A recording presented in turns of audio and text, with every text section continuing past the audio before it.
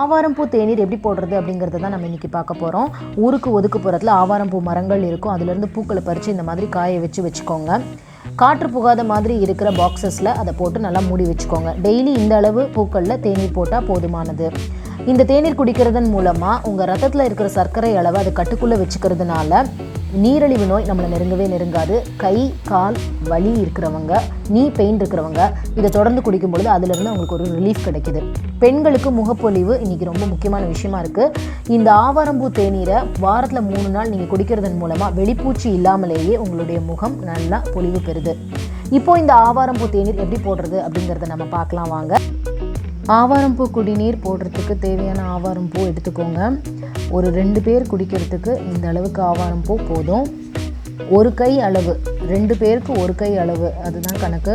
நல்லா காஞ்ச பூவாக இருக்கணும். இந்த மாதிரி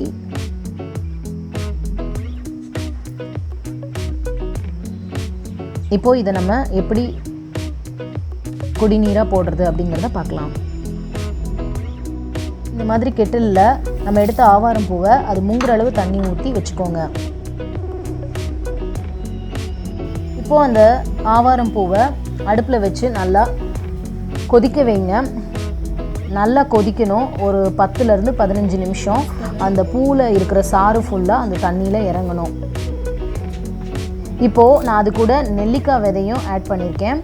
நம்ம பொதுவாக வீட்டில் நெல்லிக்காய் ஜூஸ் போடுவோம் இல்லையா, அந்த ஜூஸ் போடுறதுக்கு நெல்லிக்காவை நல்லா தேய்ச்சதுக்கப்புறம் அந்த விதை இருக்கும் இல்லையா, அந்த விதையை கீழே போட வேண்டாம். அதை இந்த ஆவாரம் பூ குடிநீர் போடும்போது அது கூட சேர்த்து போட்டுட்டிங்கன்னா அந்த விதைகளில் உள்ள துவர்ப்பு தன்மையும் அந்த தண்ணியில் இறங்கும். அது ரொம்பவே உடம்புக்கு நல்லது. அதனால் நான் நெல்லி விதையும் இதில் சேர்த்துருக்கேன். இப்போ பாருங்கள், நல்லா கொதிக்குது. இந்த மாதிரி ஒரு 10 நிமிஷம் ஆனதுக்கப்புறம் தான் கொதிக்கும். அது வரைக்கும் அடுப்பில் அப்படியே வச்சுருங்க.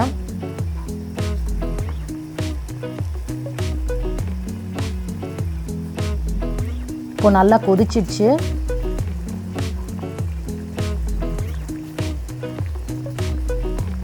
இந்த மாதிரி கோல்டன் கலரில் தான் வரணும், அதுதான் கணக்கு.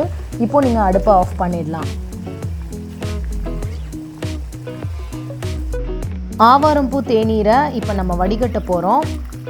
அந்த பூக்கள்லாம் இல்லாமல் நல்லா ஃபைனாக அதை வடிகட்டி எடுத்துக்கோங்க.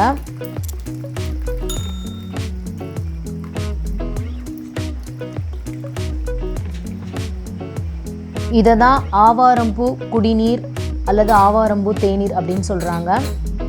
இது கூட உங்களுக்கு தேவைன்னா நீங்கள் தேன் சேர்த்து சாப்பிடலாம். நான் அப்படியே தான் சாப்பிடுவேன். துவர்ப்பாக தான் இருக்கும். அந்த சுவை தான் நம்ம உடம்புக்கு தேவையானது. இதை வாரத்தில் 3 நாள் நீங்கள் குடிக்கும்போது உங்களுக்கே அந்த டிஃப்ரென்ஸ் ஒரு மாதத்தில் உங்களுக்கு தெரியும். துவர்ப்பான ஆரோக்கியம் தரக்கூடிய ஆவாரம்பூ தேநீர் ரெடி ஆயிடுச்சு. நீங்களும் வீட்டில் இதை வாரம் 3 முறை செஞ்சு சாப்பிட்டு பாருங்கள். உங்களுக்கே இந்த டிஃப்ரென்ஸ் தெரியும். ஆவாரம்பூ குடிநீர் எப்படி பண்ணுறது அப்படிங்கிறத இந்த வீடியோவில் நீங்கள் பார்த்தீங்க. நீங்களும் கண்டிப்பாக வீட்டில் இதை செஞ்சு டெய்லி சாப்பிட்டு பாருங்கள். கண்டிப்பாக ஓவராலாக உங்களோட ஹெல்த்தில் நல்ல இம்ப்ரூவ்மெண்ட் உங்களுக்கு தெரியும். முக்கியமாக கால்வலி, நீ பெயின் இருக்கிறவங்க இதை அல்டர்னேட் டேஸ் கண்டிப்பாக குடிக்கலாம். இந்த வீடியோ உங்களுக்கு பிடிச்சிருந்ததுன்னா லைக் பண்ணுங்கள், உங்கள் ஃப்ரெண்ட்ஸ்க்கெலாம் ஷேர் பண்ணுங்கள். நம்ம சேனலில் இன்னும் சப்ஸ்கிரைப் பண்ணலைன்னா கண்டிப்பாக சப்ஸ்கிரைப் பண்ணுங்கள். தேங்க்யூ.